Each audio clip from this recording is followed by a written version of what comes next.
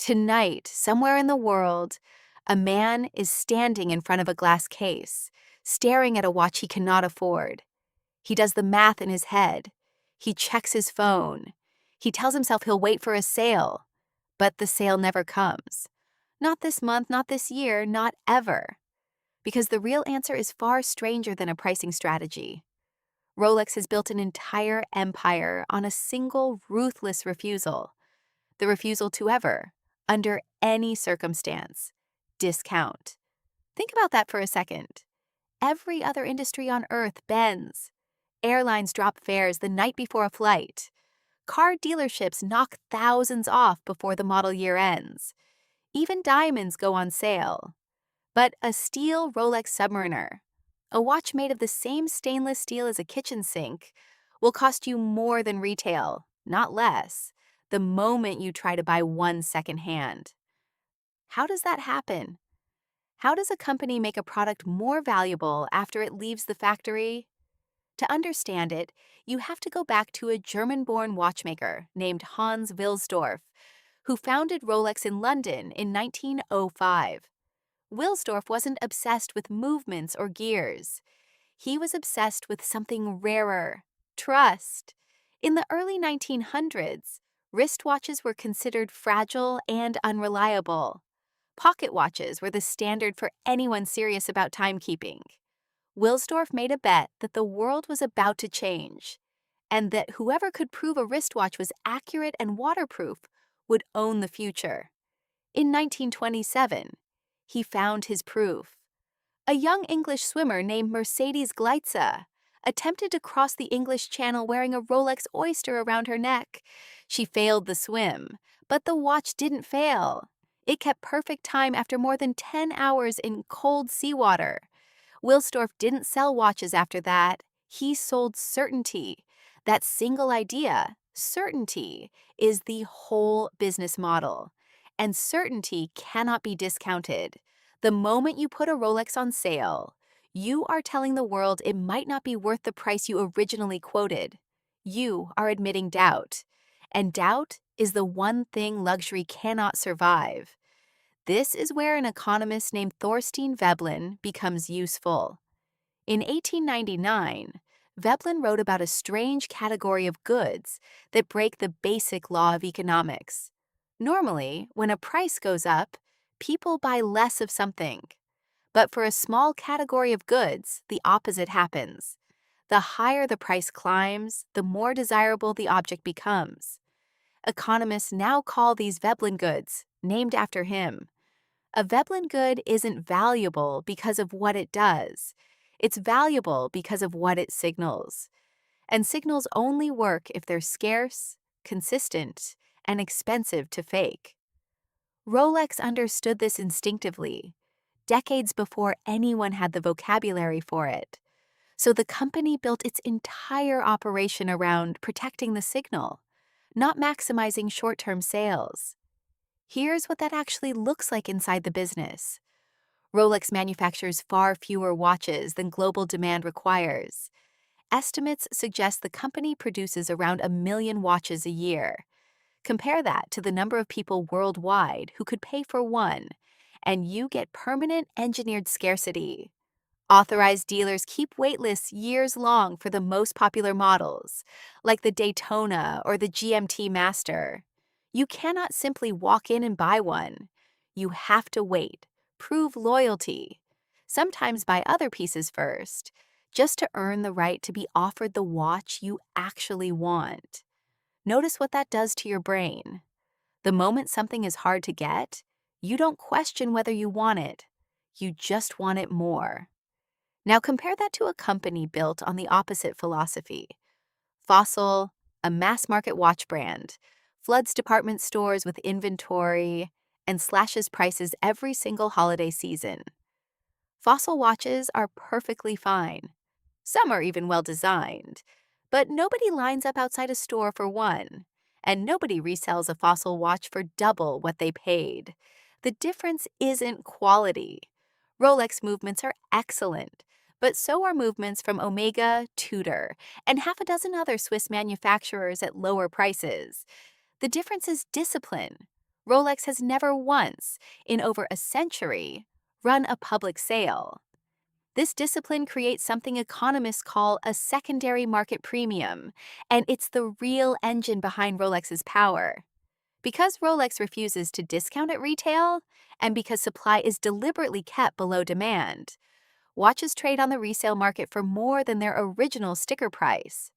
A steel Daytona that lists for around $15,000 new can sell for double that used, if you can even find one for sale. Think about what that does to a buyer's psychology. You're not just buying a watch, you're buying an asset that appears to only go up. Compare that to a car, which loses 20% of its value the moment you drive it off the lot. A Rolex does the opposite. It becomes a financial instrument disguised as jewelry. This is also why Rolex is famously secretive about its finances. Unlike LVMH, the luxury conglomerate run by Bernard Arnault that owns brands like Louis Vuitton, Dior, and Tiffany, Rolex isn't publicly traded and doesn't answer to shareholders demanding quarterly growth. It's owned by a private foundation, the Hans Wilsdorf Foundation, which Wilsdorf himself created before his death in 1960, with instructions that profits fund charitable causes rather than enrich individual owners. That structure matters enormously. A public company has to grow every quarter, or its stock gets punished. That pressure pushes companies toward discounts, promotions, and volume, because volume is the easiest lever to pull when you need next quarter's number to beat this quarter's number. Rolex has no such lever to pull, and no shareholders demanding it pull one. It can afford patience that publicly traded luxury brands simply cannot. So what does any of this have to do with you? Sitting at home, nowhere near a boutique watch counter. More than you think, because you already do a version of this every day, just in miniature. Have you ever noticed how a brand you trust feels different the moment it starts running constant sales? Have you ever hesitated to buy something at full price, waiting for a discount that trained you to expect one? Every markdown you've ever waited for was a small lesson in what a company believes its own product is worth. And every company that discounts constantly is quietly teaching its customers never to trust the sticker price again. Rolex figured out the reverse lesson 100 years ago. If you want people to believe something is valuable, you cannot behave, even once, as if it isn't. That applies to more than watches. It applies to your own time, your own work, your own asking price, whatever form that takes. The moment you discount yourself to close a deal faster, you teach the other side that your original number was never really your number at all. There's another layer to this that most people never think about, and it involves a brand almost nobody has heard of by comparison. In 1946, Wilsdorf created a second company called Tudor, using many of the same cases and design language as Rolex, but with lower-cost movements sourced from outside suppliers. The idea was simple. Give people who couldn't afford a Rolex a way into the aesthetic and the world without ever touching the Rolex name itself. Notice what Wilsdorf did not do. He did not lower Rolex's own price to capture that customer. He built an entirely separate brand instead, so the flagship name would never have to compromise. That's a level of restraint most executives never manage. The easier path is always to just add a cheaper tier under the same logo. Wilsdorf refused because he understood that the name itself was the product, and the name could not be stretched without weakening it everywhere at once. You can see the same principle failing in real time elsewhere in the watch industry. Patek Philippe, often considered even more prestigious than Rolex among collectors, has occasionally faced criticism for expanding production of its most iconic references, like the Nautilus, to meet demand. When supply loosens even slightly, resale prices can drop fast, sometimes losing more than half their peak value within a year. Scarcity, once broken, is difficult to rebuild. Trust erodes faster than it accumulates. This is also why the gray market exists at all. Authorized Rolex dealers sell at the official retail price, No more, no less. But because official supply is so far below demand, an entire secondary ecosystem of dealers, watch forums, and resale platforms has emerged just to bridge the gap between what Rolex charges and what buyers are actually willing to pay. Rolex doesn't participate in that market, doesn't profit from it directly, and doesn't need to. The scarcity does the work for them, for free, forever. Compare this to how most brands handle excess demand. They simply raise output, hire more staff, open more factories, and capture the extra revenue themselves. Rolex looks at exactly the same opportunity and does the opposite.